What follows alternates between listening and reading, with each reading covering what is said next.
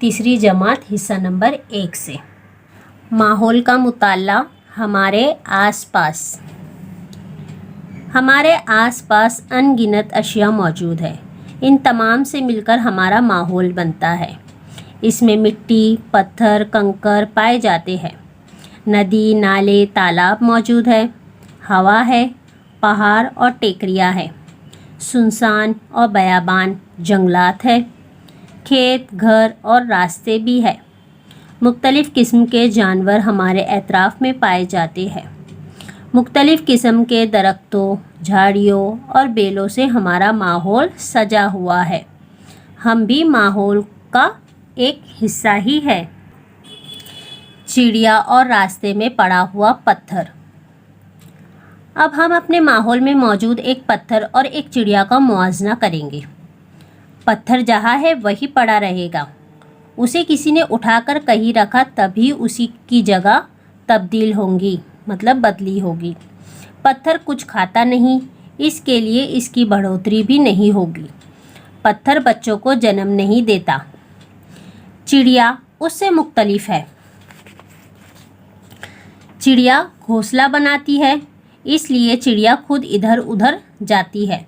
चिड़िया कीड़े और अनाज के दाने खाती है। इनको खाने से चिड़िया में बढ़ोतरी होती है। ये देखिए, आप पिक्चर फ़ोटो देख के आप समझ सकते हैं। चिड़िया घोंसले में अंडा देती है। अंडों से बच्चे निकलते हैं। चिड़िया उनकी अच्छी तरह देखभाल करती है। चिड़िया और पत्थर के दरमियान ये फ़र्क क्यों नज़र आया? चिड़िया जानदार है और पत्थर बेजान। बेजान मतलब जिसके अंदर जान नहीं होती। हमारे एतराफ़ में पाए जाने वाली चीज़ों के दो ग्रोह हैं, जानदार चीज़ें और गैर जानदार चीज़ें। जानदारों के भी दो गिरोह होते हैं, नबातात और हैवानात। जिस तरह हैवानात बच्चों को जन्म देते हैं, उसी तरह बीजों से पौधे उगते हैं। वो नबातात के बच्चे ही हैं। नबातात मतलब पेड़ पौधे। पौधों की बढ़ोतरी होकर वो छोटे से बड़े होते हैं। इससे मालूम होता है कि नबातात जानदार है। जानदार मतलब जिसमें जान होती है। नबातात हरकत भी करते हैं। कली से फूल बनने में बंद पंखुड़ियाँ खुलती है, लेकिन नबातात में तमाम हरकत आसानी से नज़र आती है। पौधों को भी ग़िज़ा की ज़रूरत होती है। नबातात हैवानात की तरह एक जगह से दूसरी जगह नहीं जा सकते। वो जड़ के सहारे से एक ही जगह कायम रहते हैं। नबातात और हैवानात में ये एक बहुत बड़ा फ़र्क है। अब यहाँ पर आते हैं, माहौल के तमाम अज़्ज़ा का एक दूसरे से ताल्लुक़ क्या है। चलिए देखते हैं। पानी और हवा माहौल ही के अज़्ज़ा है। हर जानदार को उनकी ज़रूरत होती है। इसी तरह तमाम जानदार को ग़िज़ा की भी ज़रूरत होती है। ये ग़िज़ा उन्हें माहौल ही से मिलता है। ज़िंदा रहने के लिए दूसरी चीज़ें भी जानदारों को माहौल ही से मिलती है। परिंदे घोंसले बनाते हैं, जिसके लिए परिंदों को कपास, तिनके और धागे की वगैरह दरकार होते हैं। वो इन्हें माहौल ही से हासिल होते हैं। इंसान माहौल से कई चीज़ें हासिल करता है। कपास, ऊन, रेशम माहौल ही से मिलते हैं।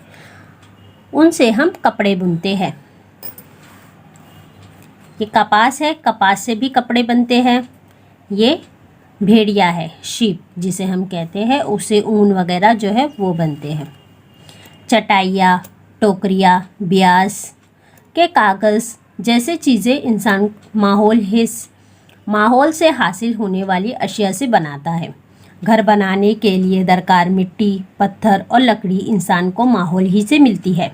चंद नबातात के बीज हवा के ज़रिए मुंतशिर हो जाते हैं, जिसकी वजह से मुख्तलिफ़ जगहों पर इन नबातात के नए पौधे उगाते हैं। यानी नबातात को भी माहौल से मदद मिलती है। जानदार माहौल से जो चीज़ें हासिल करता है, उसका माहौल पर क्या असर होता है? मुर्दा जानवरों का गोश्त, गिद्ध, लोमड़ी वगैरह जानवर खाते हैं। वो अपना पेट भी भरते हैं और माहौल को भी साफ़ सुथरा रखते हैं। मुर्दा जानवरों का बचा हुआ हिस्सा सड़ता है और मिट्टी में मिल जाता है। दरख्तों के पत्ते गिरते हैं और मिट्टी में गिरकर सड़ जाते हैं, जिसकी वजह से मिट्टी जरखेज़ होती है। यानी बेजान चीज़ों में भी जानदार चीज़ों की वजह से तब्दीली पैदा होती है। क्या तुम्हें मालूम है? ये भेड़ है। भेड़ के जिस्म पर बड़े बड़े बाल होते हैं। ये झाड़ियाँ खाती है। इस दौरान चंद पौधों के बीज उसके बालों में अटक जाते हैं। भेड़ जब दूसरी मुकाम पर जाता है तो वो बीज वहाँ पर गिर जाते हैं। उसकी वजह से मुख्तलिफ मुकामात पर नबातात के नए पौधे तैयार होते हैं। यानी जानदार और नबातात दोनों ही एक दूसरे की मदद करते हैं। तो ये इसके क्वेश्चन आंसर है। तो चलिए इसके क्वेश्चन आंसर को हम सीखते हैं। हमारे आसपास के क्वेश्चन आंसर है ये। खाली जगह पूर्ण करो। नंबर 1, किसी ने उठाकर कहीं रख दिया तब ही पत्थर की जगह डैश हो गई, तो डैश में आएगा तब्दील हो गई। नंबर 2, कपास, रेशम और ऊन से हम डैश बुनते हैं, डैश की जगह पे आएगा कपड़े। नंबर 3, दरख्तों के पत्ते डैश है और मिट्टी में गिरकर सड़ जाते हैं, तो डैश की जगह आएगा गिरते हैं। दरख्तों के पत्ते गिरते हैं और मिट्टी में गिरकर सड़ जाते हैं। दूसरा है, सही है या गलत लिखो। पहला, चंद नबातात के बीज हवा से मुंतशिर होते हैं, तो ये जुमला सही है, तो हम सही का निशान डालेंगे। नंबर 2, नबातात गैर जानदार है, तो गलत, क्योंकि नबातात में जान होती है, इसके लिए वो जानदार है, तो इस यहाँ पर आएगा गलत।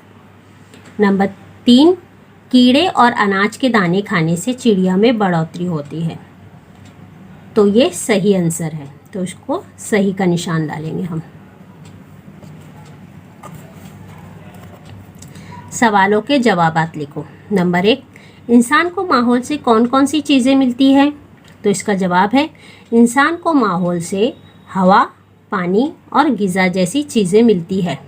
इंसान को माहौल से हवा, पानी और ग़िज़ा जैसी चीज़ें मिलती है।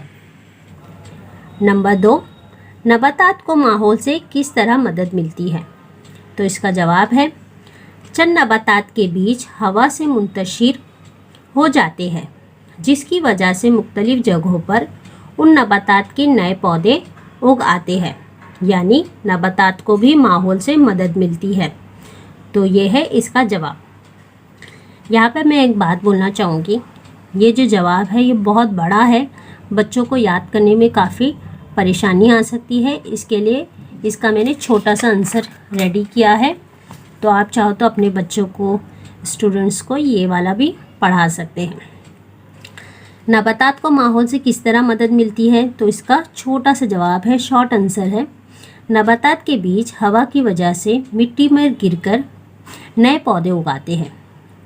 नबातात के बीज हवा की वजह से मिट्टी में गिरकर नए पौधे उगाते हैं, इस तरह नबातात को माहौल से मदद मिलती है, तो ये इसका शॉर्ट आंसर मैंने रेडी किया है। नंबर 3, जंगल की मिट्टी किस वजह से जरखेज़ होती है, तो इसका जवाब है दरख्तों के पत्ते गिरते हैं और मिट्टी में गिरकर सड़ जाते हैं, जिसकी वजह से जंगल की मिट्टी जरखेज़ होती है। दरख्तों के पत्ते गिरते हैं और मिट्टी में गिरकर सड़ जाते हैं, जिसकी वजह से जंगल की मिट्टी जरखेज़ होती है, तो ये थे इसके क्वेश्चन आंसर।